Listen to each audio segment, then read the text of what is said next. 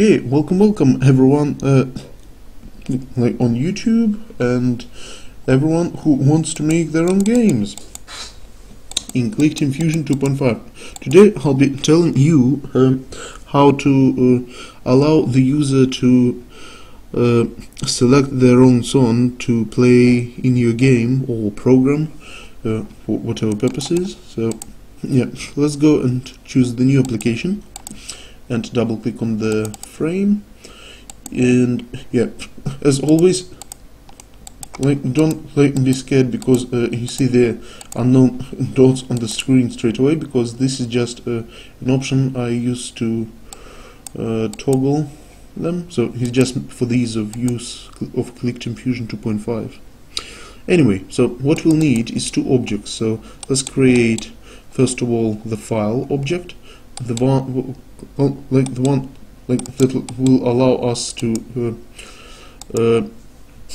open the files in CTF Fusion, allow us to perform operations with it and link it with other objects. So double click that, place it somewhere outside, and now double click. We'll also need the object that will play the actual music, and that is an active direct show, and place it anywhere in the frame. Now when you place it, it automatically brings up a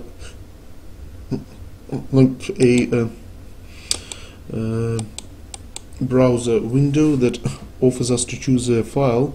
We click cancel because we want the user to choose a file, and that's what we'll go through in a bit. So now we go to event editor.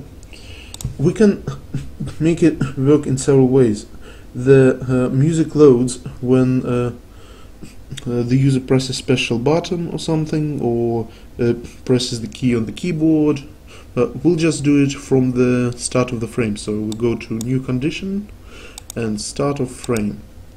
So now we need to add the actual action that will happen on the start of the frame, which is choosing the file. For that, we go to the column with the file object, to the file selector, and open load selector, because we want to load the music file into the game.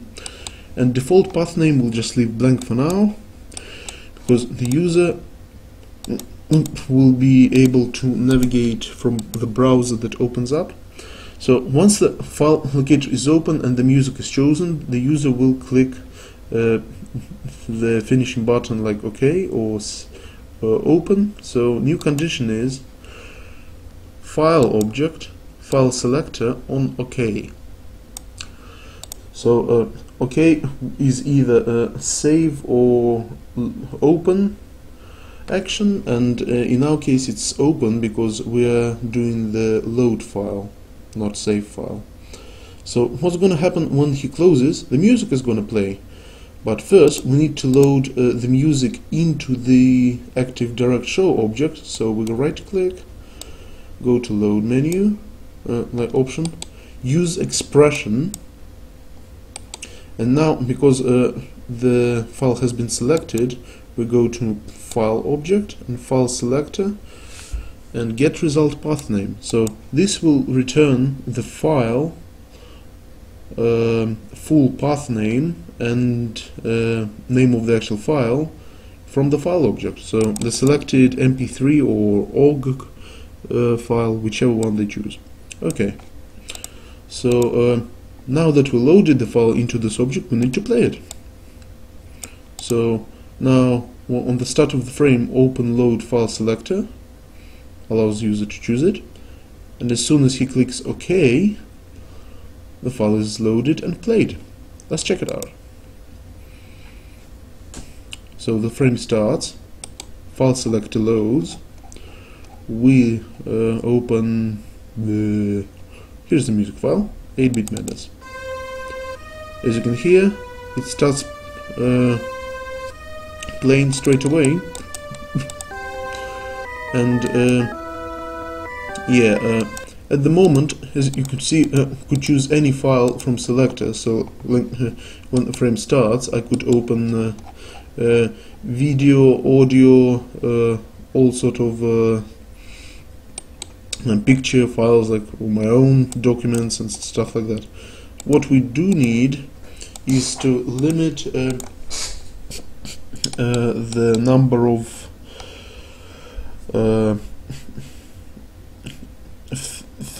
extensions that the file object can open. So what we need to do is we need to go to column, and on start of frame have file selector have an extension filter. So in this case, say we want user to be able to open only or sort only MP3 files. First we need to give it a name that the user will see. So the audio, oh, not typing, the annoying error, the audio MP3s. Then we need to put a symbol like this, like a little stick. If you don't remember, then there's a reminder here of the syntaxes. Then all MP3 files will be star, which means any name for a file, dot MP3, which is the extension of the file. So let's check it out. We click OK. Number of default filter 0. And just to change the order, first the filter needs to be applied, then the file selector needs to be opened. So we change that. We go to run application. The audio MP3s, as you can see, it only allows us to do that.